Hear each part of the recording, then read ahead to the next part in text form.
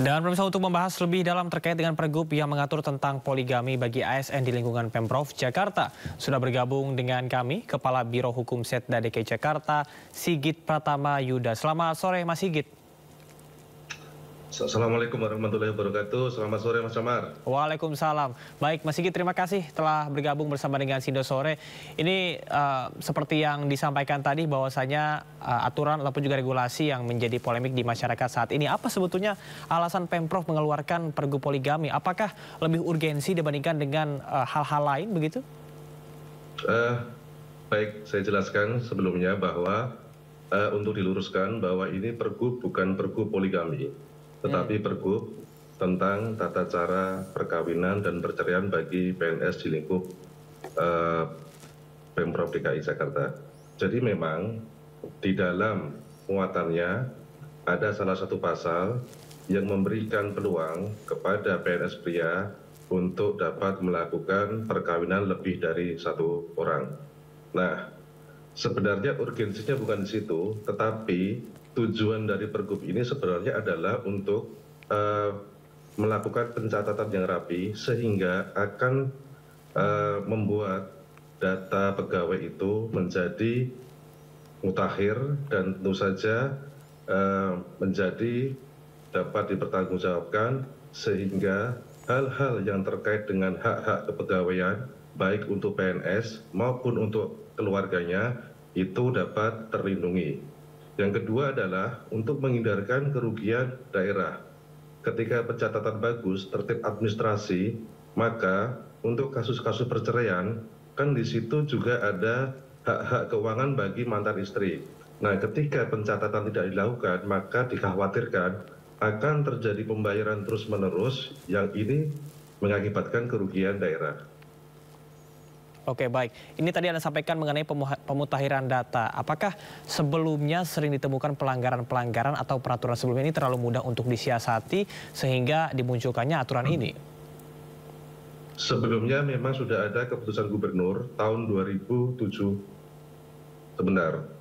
Keputusan gubernur nomor 2799 tahun 2004 tentang pendelegasian wewenang untuk penolakan atau pemberian izin perkawinan dan perceraian bagi PNS. Namun dipandang Kepgub tahun 2004 itu sudah terlalu usur sehingga perlu perbaikan-perbaikan, pembaruan-pembaruan yang akan menyempurnakan dan menutup celah-celah pelaksanaan dari PP itu sehingga ASN-ASN yang ada di Pemprov DKI, lingkungan DKI itu menjadi lebih terlindungi hak-haknya terutama untuk para istri, mantan istri maupun anak-anak. Baik, apakah hal tersebut yang Anda sampaikan juga berkaitan dengan tadi salah satu poin yang disebutkan bertujuan untuk melindungi keluarga ASN. Bagaimana mekanisme aturan ini supaya betul-betul dapat memberikan perlindungan yang dimaksud? Jadi begini Mas Camar, ketika sudah saya sampaikan di depan tadi untuk tertib administrasi pencatatan, maka semua perkawinan atau perceraian akan didaftarkan. Sehingga semua pihak di sini di keluarga, baik istri, mantan istri, para istri maupun anak-anak, status hukumnya dan kedudukannya jelas. Sehingga ketika sesuatu saat nanti ada hal-hal, mereka masih mempunyai hak-hak hukum, keuangan maupun keperdataannya. Oke, baik. Pak Sigit, sekali lagi saya sampaikan, apakah sebelumnya pernah terjadi pelanggaran begitu sehingga dikeluarkannya Pergub ini? Untuk pelanggaran, tidak dapat kita pungkiri, PNS di DKI Jakarta itu sangat banyak. Jadi pelanggaran-pelanggaran itu memang sudah ada, sering ditemukan, tetapi masalahnya bukan seberapa banyak pelanggaran itu ada. Tetapi yang lebih penting adalah bagaimana Pemprov bisa menjamin, melindungi para ASN, terutama keluarga-keluarganya itu tidak kehilangan hak-hak keuangan maupun hak-hak perdataannya. Inilah yang menjadi semangat dari terbitnya Pergub nomor 2 tahun 2025 ini. Baik, sebetulnya niatnya baik dari tadi apa yang disampaikan pemutakhiran data sehingga hukumnya juga jelas baik untuk anak dan juga istri dari para ASN.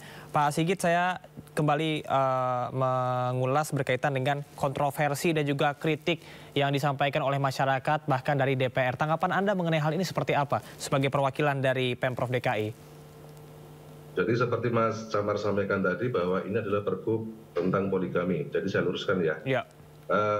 Pergub ini adalah pergub mengenai tata cara perkawinan dan perceraian bagi PNS di lingkup Provinsi DKI Jakarta yang merupakan aturan teknis atau aturan di tataran operasional untuk melaksanakan kebijakan-kebijakan yang diatur di dalam PP sebelumnya, yaitu PP 10 tahun 1983 dan perubahannya di PP 45 tahun 1990. Jadi Mas Camar, di PP itu memang sudah menyebutkan bahwa pegawai ASN pria yang akan beristri lebih dari 1 orang wajib mendapatkan izin dari pejabat berwenang. Jadi aturan PP ini tidak hanya berlaku di Pemprov DKI Jakarta, tetapi itu aturan yang mengikat, yang harus ditaati oleh seluruh PNS dimanapun kementerian lembaga Pemprov, Pemkab, Pemko di seluruh Indonesia. Namun di sini yang perlu saya tegaskan adalah hal-hal yang masih kurang dalam hal ini adalah mengenai norma dan syaratnya. Ketika di PP itu agak longgar, maka kami mencoba mengetatkannya. Dalam hal ini mungkin bisa saya sampaikan contoh yang konkret. Di PP itu salah satu alasan atau syarat untuk melakukan perkawinan lebih dari seorang adalah bila istri tidak dapat melahirkan keturunan. Pemprov DKI melalui pergub ini mengetatkan kapan itu terjadi. Di sini kami mengetatkan adalah ketika 10 tahun umur perkawinan minimal baru bisa mengajukan atau menjadikan itu sebagai salah satu syarat. Yang kedua yang tidak ada di PP adalah ada syarat bahwa tidak mengganggu kegiatan kedinasan. Jelas ini. Jadi memang ada beberapa yang berbeda, dan yang terakhir dan yang paling penting adalah ketika untuk mengajukan perkawinan untuk selanjutnya yang kedua dan ketiga, maka Pergub 2/2025 mensyaratkan adanya yang bersangkutan harus memiliki putusan pengadilan mengenai izin tertulis. Nah, ini adalah sesuatu yang sangat ketat, sehingga kami akan menghindarkan perceraian atau perkawinan yang kedua seterusnya yang sebenarnya bisa diselesaikan. Jadi kami akan berusaha selektif dan ketat. Ya, baik Pak Sigit, artinya ini sudah semakin jelas bahwasannya maksud dari Pemprov DKI Jakarta bukan artinya mendukung dan juga bisa dibilang mensupport ASN agar berbondong-bondong poligami, namun ini lebih kepada aturan yang memang sebelumnya sudah digodok, kemudian tidak hanya berfokus pada poligami, namun juga kepada tata cara perkawinan. Ya Pak Sigit ya? Benar, jadi memang sudah saya sampaikan tadi, peraturan mengenai hal itu tidak dibuat oleh Bapak PJ Gubernur, tapi Bapak PJ Gubernur karena concern, beliau akan mengatur tataran operasionalnya agar lebih selektif dan lebih ketat. Baik, ya Pak Sigit, sebelum kita melanjutkan dialog, kita akan simak dulu tayangan berikut ini. Salah satu pergub yang baru diterbitkan oleh PJ Gubernur DKI Jakarta. Di tengah pemerintah pusat sedang berjuang untuk mengadakan reformasi birokrasi dengan memperbaiki tata kelola melalui e-government yang terintegrasi, PJ Gubernur DKI malah mengeluarkan pergub terbaru terkait ASN boleh berpoligami. Aku usulkan untuk Mas Pram dan Bang Dul, mudah-mudahan cepat dilantik, dan ini adalah rekomendasiku pertama untuk DKI Jakarta, cepat revisi pergub tentang ASN boleh berpoligami, cabut aturan itu. Kaget banget sih ya, baru dengar juga, jadi kayaknya nggak bijak sih menurut aku ya. Nggak perlu juga ada keputusan kayak gitu, karena kayak sebagai wanita sih nggak menghormati banget gitu. Menurut saya sih harusnya, ini kan urusan privat, harusnya nggak usah dibikin peraturan-peraturan gitu ya, terserah orangnya, kayak gitu sih kalau menurutku. Ya tapi kalau saya pribadi, saya kurang setuju sih dengan poligami, kayak gitu. Ya nggak boleh lah, dari dulu juga nggak boleh. Dari zamannya Soeharto jadi presiden sudah ada peraturannya kalau poligami tidak boleh. Ya sebagai perempuan ya kita ya, terutama kita sebagai perempuan tidak setuju sekali. Laki-lakinya kan manusia juga tidak pernah akan ada yang bisa adil ya kan.